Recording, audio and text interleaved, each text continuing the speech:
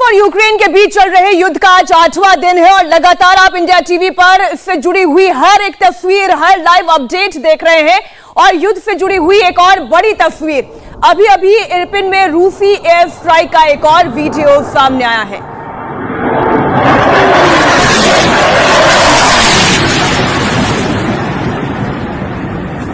एक बार फिर से आप इन तस्वीरों को देखिए। यूक्रेन का दावा है कि रशियन फाइटर प्लेन्स ने रिहायशी इलाके पर हमला किया है। फिर से तस्वीर देखिए यूक्रेन का इरपिन शहर, जहां पर एयर स्ट्राइक की एक तस्वीर सामने आई।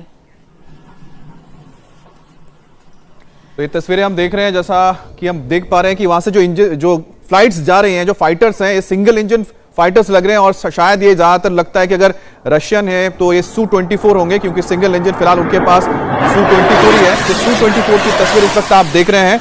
और ये इरपिन का जो इलाका है, आपको बता दें कि बेहद ही करीब है, 15-20 किलोमीटर के दायरे में पड़ता है ये कीव के साथ। तो उस इलाके में लगातार अब बॉम्बिंग इसलिए की जा रही क्योंकि जो रेजिस्टेंस वाला इलाका है, जहां पर रेजिस्टेंस फोर्स अभी भी मौजूद है और उनकी कोशिश है कि किस तरह से इस इलाके में आप सैनिटाइज करें, यानी अपने कब्जे में लेने के बाद फिर कीव की ओर बढ़ा जाएगा। इसका सीधा सीधा अर्थ जो अमित आप बता रहे हैं, ये तस्वीरें बताती हैं कि रशियन एयरफोर्स अपना एयर डोमिनेंस बढ़ा रहा है। इसका प्रयास ये है कि जितने रेजिस्टेंट एरिया है वहां पर रेजिस्टेंस को पूरी तरीके से खत्म किया जाए। आज दोपहर 12:15 बजे रूसी सेना ने चेर्निहिव में एक अपार्टमेंट पर हमला किया, जिसकी तस्वीरें अब हम आपके सामने रख रहे हैं। यह हमला कार के डैशबोर्ड पर जो कैमरा रखा होता है उसी में यह रिकॉर्ड हो गया।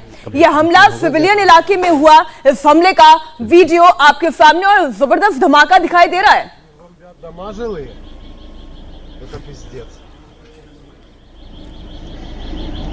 आज युद्ध का 8वां दिन है, जंग भीषण है और क्या ये अब एक्सिलरेट होकर न्यूक्लियर वॉर तक जा सकती है? एक बहुत महत्वपूर्ण सवाल।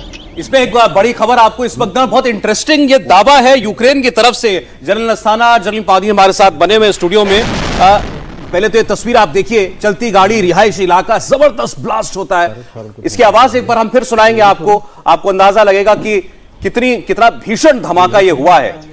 चेर्निहिव शहर है और जो मैं आपको बता रहा था वो खबर यह है कि यूक्रेन के सेना प्रमुख ने बड़ा बयान दिया है। उन्होंने कहा कि अब हम डिफेंस मोड से आगे बढ़कर काउंटर ऑफेंसिव मोड में आ गए हैं। हम ये मानकर चल रहे थे कि शायद अब पूरी तरह डिफेंसिव हो रही है यूक्रेनियन सेना, लेकिन जो general staff of armed forces Ukraine के हैं वो ये दावा कर रहे हैं कि हम अभी तक हम डिफेंस में थे, अब हम काउंटर ऑफेंस में आ रहे हैं, हम रूस को भारी नुकसान पहुंचा रहे हैं। ये दावा जो है वो यूक्रेन के सेना प्रमुख ने किया है। बड़ा बयान जो है वो निकल करके सामने आया है और सीधे यूक्रेनी सेना ने यह दावा किया है कि अभी तक हम रक्षात्मक मुद्रा में लड़ रहे थे, लेकिन अब हम आक्रामक होंगे, हम काउंटर ऑफेंसिव मोड में जा रहे हैं। मीनाक्षी, जनरल ए के साहनी साहब भी आज स्टूडियो में हमारे साथ जुड़ गए। स्वागत है सर आपका। नमस्कार। पहली बड़ी खबर ही ये है और अब आप देखिए, यूक्रेनी सेना अगर ये कहती है कि हम काउंटर ऑफेंसिव मोड में अब हमला करेंगे, इसका मतलब क्या है और अब इस वॉर को आप किधर जाते हुए देख रहे हैं, हम इस पर आपसे करेंगे चर्चा। क्या परमाणु युद्ध होने वाला है? एक महत्वपूर्ण सवाल। रशिया ने आज इसे लेकर एक बहुत बड़ा इशारा दिया है सौरभ, और रूस के विदेश मंत्री ने अब से कुछ देर पहले ही पश्चिमी देशों को यह सीधी सीधी चेतावनी दी है कि अगर अमेरिका या उसके सहयोगी ने रूस पर हमला किया तो अंजाम बहुत बुरा होगा। न्यूक्लियर वॉर पर रूस के विदेश मंत्री ने कहा कि अगर तीसरा विश्व युद्ध हुआ तो यकीनन न्यूक्लियर वॉर होगा, परमाणु युद्ध होगा। लेकिन साथ ही साथ उन्होंने यह भी कहा कि फिलहाल परमाणु युद्ध की बात पश्चिमी देश के नेता सोच रहे हैं, रूस के दिमाग में न्यूक्लियर वॉर की बात नहीं चल रही है। पूरी बात का आखिरी सेंटेंस बहुत इंपॉर्टेंट है, एक बार फिर आपको बता दें। पुतिन का मैसेज क्लियर है, किसी ने अगर छेड़ा तो फिर वो छोड़ेगा नहीं। ये तस्वीर जो आप देख रहे हैं, आपको बता दें चेर्निहिव शहर की तस्वीर है। चेर्निहिव शहर कीव के बेहद करीब है, करीब 200-250 किलोमीटर ही दूर है जहां पर यह हमला हुआ है कीव से। यहां पर दो हम कह सकते हैं स्ट्रैटेजिक हमले हुए थे। सुबह यहां पर ऑयल डिपो को उड़ाया गया था और अब दूसरा अटैक आप देख रहे हैं जहां पर क्रूज मिसाइल का इस्तेमाल करके लावरोव का एक बयान अमित हम दर्शकों को सुनाते। He said that the only alternative is the Third World War. अगर तीसरा विश्व युद्ध हुआ तो यकीनन न्यूक्लियर वॉर होगा, मगर आप एक बात ध्यान रखें, न्यूक्लियर वॉर की धमकी पश्चिमी देश देते हैं, हम नहीं। परमाणु युद्ध हमारे जहन में नहीं है, पश्चिमी देशों के नेताओं के दिमाग में है। हम किसी को प्रवोक करने नहीं देंगे।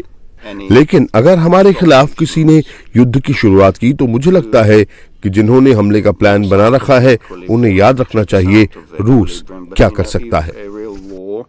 Is waged or unleashed against us, you know.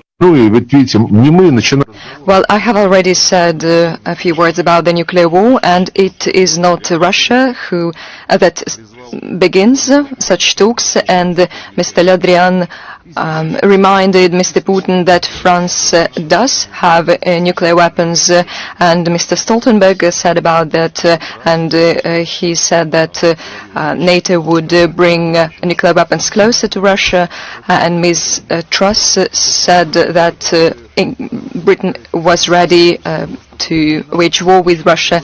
You are trying to use these talks to accuse us once again, but the topic of the Third World War or nuclear war is not floated by Russia. It is used to put pressure on the public in the West to keep the Russophobic sentiments alive. पूरा बयान हमने आपको सुनाया। Lavrov ये सीधा सीधा कह रहे हैं सौरभ की ये पश्चिमी देशों का शिगुफा है, लेकिन ये भी क्लियर कर दिया अभी फिलहाल उनके दिमाग में नहीं। अब मैं ये पूछती हूँ फिर वो न्यूक्लियर वेपन का बटन और RF-24 ये सब वैक्यूम बम क्या? हमारे यहाँ हिंदी में अगर बिल्कुल देसी भाषा में कहूं तो रायता फैलाने के बाद समेटना, वो ये काम कर रहे थे। इनका बयान है कल का खुद का कि अगर तीसरा विश्व युद्ध होगा तो वो न्यूक्लियर हथियारों से लड़ा जाएगा, न्यूक्लियर हथियारों से लड़ा जाएगा तो दुनिया के लिए विध्वंसकारी होगा।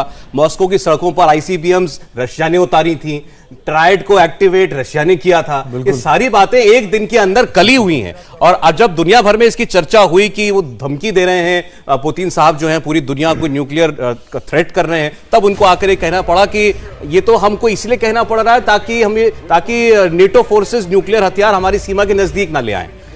एक तरीके से प्रेशर गेम जो है, पहले आप प्रेशर बनाओ और उसके बाद कहीं ऐसा ना हो कि रशिया के ऊपर आरोप लगने लगे जनरल अस्थाना के। देखिए आप न्यूक्लियर वॉर की बात करें तो उन्होंने दारोमदार डाल दिया पूरी तरीके से पश्चिमी देशों पर, अमेरिका पर। हाँ नहीं बिल्कुल, जैसे अब न्यूक्लियर वॉर की बात है, बातचीत एक बात है और बातचीत जो है वो एक तरीके से संकेत देने के लिए होती है। और संकेत क्या है? न्यूक्लियर वॉर तो मुझे नहीं लगता कोई भी चाहता है और ना ही किसी का कोई इंटेंशन है न्यूक्लियर की वॉर पे एस्केलेशन डायनेमिक पे वहाँ तक जाने के लिए। लेकिन वो ये बताना चाहते हैं वेस्टर्न कंट्रीज़ को कि आप इस लड़ाई में मत आइए, आप इस लड़ाई में शामिल नहीं होंगे। आपने जो नाटो कंट्रीज़ में जो आप कह रहे हैं कि हम कुछ फौज भेज रहे हैं वो आप भेजते रहिए, लेकिन आप यूक्रेन की लड़ाई में शामिल मत होना। उनको ये धमकाने के लिए इस न्यूक्लियर कार्ड की बात की जा सकती है कि अगर आप इधर घुसे तो ये हमारी रेड लाइन है। लेकिन सर 2 दिन से दुनिया भर में शोर तो होने लगा न्यूक्लियर युद्ध का। जब ये जंग शुरू हुई थी किसी ने नाम नहीं लिया था कि परमाणु हथियार किसके पास कितने हैं, क्या ये परमाणु युद्ध में तब्दील हो सकता है, लेफ्टिनेंट जनरल सानी। लेकिन हम 2 दिन से लगातार परमाणु हथियार भी देख रहे हैं और टीवी पर बड़े दिनों के बाद ऐसे माहौल बना है कि हथियार लहराए जा रहे हैं कि रूस के पास कौन सा हथियार है, नेटो फोर्सेज ने कहां कहां अपने न्यूक्लियर इंस्टॉलेशन कर रखे हैं। तो दुनिया भर में चर्चा जो है एक दहशत को तो अंजाम दे ही रही है। सौरभ, सबसे पहले तो आप सबका शुक्रिया कि मुझे आपने इंडिया टीवी के स्टूडियो में इनवाइट किया। जो आपने क्वेश्चन उठाया है, सबसे पहले मैं ये कहना चाहता हूँ कि ये एक रणनीति थी रशिया की। सबसे पहले जब उन्होंने अपना युद्ध शुरू किया उनको ये आशा थी पुतिन को कि पूरा का पूरा यूक्रेन कोलैप्स कर जाएगा, ज़ेलेंस्की भाग जाएगा, कोई रेजिस्टेंस नहीं होगा। पर जब आप देखें कि चौथे 5वें दिन के करीब जब ये प्रॉब्लम हुई कि उधर रेजिस्टेंस एक तरह से उठना पड़ा, खार्किव नहीं गिरा, उसके बाद कीव नहीं गिरा, तो उसने सोचा कि ये ना हो कि वेस्टर्न फोर्सेस अब फिजिकली वहाँ पर काइनेटिक मोड में उनकी मदद के लिए आ जाएं, तब ये न्यूक्लियर वॉर या कहते हैं थर्ड वर्ल्ड वॉर का अंदेशा हो सकता है। तो उसको संभालने के लिए उसने कहा कि मैंने अपने न्यूक्लियर फोर्सेस को डिप्लॉय कर दिया है। उससे एक तरह से डेटरेंस पैदा की गई। आप जैसे जानते हैं कि न्यूक्लियर वेपन्स बेसिकली डेटरेंस के तौर के ऊपर इस्तेमाल किए जाते हैं, और उसने अपनी तरफ से डेटरेंस ये की कि अगर आप कोई आएगा इसके बाद तो मैं इसका एक थ्रेट इन बीइंग उसने इस्टेब्लिश कर दिया। तो ये उसकी रणनीति में बदलाव आया। लेकिन अब हम यूक्रेन की रणनीति की बात करें जनरल पादी, तो ये यूक्रेन की रणनीति क्या है? अभी थोड़ी देर पहले जो बयान हमने बताया कि काउंटर ऑफेंसिव एक्शन मोड में अब हम आएंगे, ये रणनीति क्या कहती है? I think sorry please general Padi ji. सबसे पहले इन्होंने डिफेंसिव मोड में थे, बिकॉज बंकर वगैरह में और गरिल्ला वारफेयर में थे, और उन्होंने they were trying to resist the advancement of the Russian forces. अब उनका रणनीति में यही देख रहे हैं कि जब उन्होंने आ गए हैं, शहर के अंदर में आ गए हैं और थोड़ा सा घेराबंदी कर रहे हैं, तो उनके पास अभी तो बाहर आना ही पड़ेगा। तो that is why they are talking about ये जो काउंटर ऑफेंसिव, ये उन्हीं का रणनीति। अभी तक वो क्या कर रहे थे? जब अंदर आ रहे थे तब उन्होंने कैसे रोक लिया? फिर आप रोक तो नहीं बड़े दावे कर रहे हैं कि 9,000 सैनिक हमने मारे हैं, वो ये दावा कर रहे हैं। मतलब ऑफेंसिव में तो वो थे पहले से। नहीं, आपको इसके अंदर ध्यान देनी पड़ेगी। ये सारी सिमेंटिक्स है, counter offensive, counter defensive, offensive. Problem ये थी कि कोई डाउट नहीं है कि Ukraine was in the defensive because उसकी जो मिलिट्री पावर है वो रशिया के सामने में एकदम बहुत निशुल्क है, मतलब it is very very minimal. मगर जो अब ये कह रहे हैं काउंटर ऑफेंसिव, ये काउंटर ऑफेंसिव का मेरे ख्याल से जो दायरा उठा है वो इसलिए है क्योंकि अब आपने देखा 2-3 सिटीज़ ऑलरेडी गिर चुकी हैं या गिरने के माहौल में हैं, जैसे मारियोपोल एंड अदर प्लेसेस। तो यहाँ पर ये है कि काउंटर ऑफेंसिव का मकसद ये हो सकता है कि हम कोशिश करेंगे वापस इनको हासिल करने के लिए। अगर आप इनके ऊपर कब्जा वापस हासिल करेंगे तो उसको काउंटर ऑफेंसिव का नाम एक चीज में मैं ये पूछना चाहता हूं जिसका जिक्र अभी आप लोग कर रहे थे कि काउंटर ऑफेंसिव अब करेंगे, लेकिन हमने 24 तारीख से तस्वीर दिखा रहे हैं कि किस तरह से जो बॉर्डर्स हैं, बेलारूस का बॉर्डर हो या फिर दूसरे जो बॉर्डर्स हैं, वहां से आराम से बड़े बड़े जो रशियन कॉलम्स है वो अंदर की ओर आ रहे थे। उस वक्त उनको रोका क्यों नहीं गया? ये कौन सी स्ट्रैटेजी रही है यूक्रेन की जो वो इंतजार कर रहे थे कि हमारे शहरों में आएंगे तब हम हमला करेंगे? नहीं, आप दो चीज देखें। अगर आप देखें डोनेट्स्क और लुहांस्क, ईस्टर्न यूक्रेन उनके कब्जे में था या उनके सेपरेटिस्ट ये तो पहले था, लेकिन मैं तो बेलारूस की बात कर रहा हूं। बेलारूस के ऊपर से जब आई कीव, करेक्ट, आपकी बात सही है। तो अगर आप देखें जो एयर पावर था उसके मतलब एज इट स्टैंड्स टुडे उनके पास जो एयर पावर है वो कोई पैरिटी में है ही नहीं जिस प्रकार से रशिया के पास है। और ये जो एंगेजमेंट्स थी ये या तो आप स्टैंड ऑफ मिसाइल से कर सकते थे या हवाई जहाज से कर सकते थे। हवाई जहाज उनके पास थे नहीं, और आपने सुना देखा कि पहले जर्मनी ने कहा, फिर स्लोवाकिया ने कहा कि हम थोड़े 11 एयर बेसेस तो तबाही कर दिए। नहीं, और हम जहाज भेजेंगे, बट जिस प्रकार इनका न्यूक्लियर डेटरेंस की बात हुई तो उसके बाद किसी ने अपने अपने हवाई जहाज वहां पर भेजे नहीं है। तो आप देखेंगे जो एंगेजमेंट थी, आप ये देखते हैं 64 किलोमीटर लॉन्ग कॉन्वॉय की बात करते हैं, उसको एंगेज करने के लिए 2 ही तरीके थे, और दोनों ही तरीके अभी एज ऑफ नाउ यूक्रेन के पास नहीं हासिल है इन एनी कैपेसिटी। आप इसमें कुछ ऐड करना चाहते हैं? हाँ, मैं यही बताना चाहूंगा कि जब वो लोग अंदर घुस रहे थे उस टाइम में जो न्यूमेरिकल सुपीरियरिटी है वो बहुत ज़्यादा थी। कहाँ 4,000 हवाई जहाज रशिया के और कहाँ 400 हवाई जहाज यूक्रेन के, और वो भी उन्होंने शुरू में ही बर्बाद कर दिए थे, काफ़ी हद तक सारे एयर बेसेस बर्बाद कर दिए थे।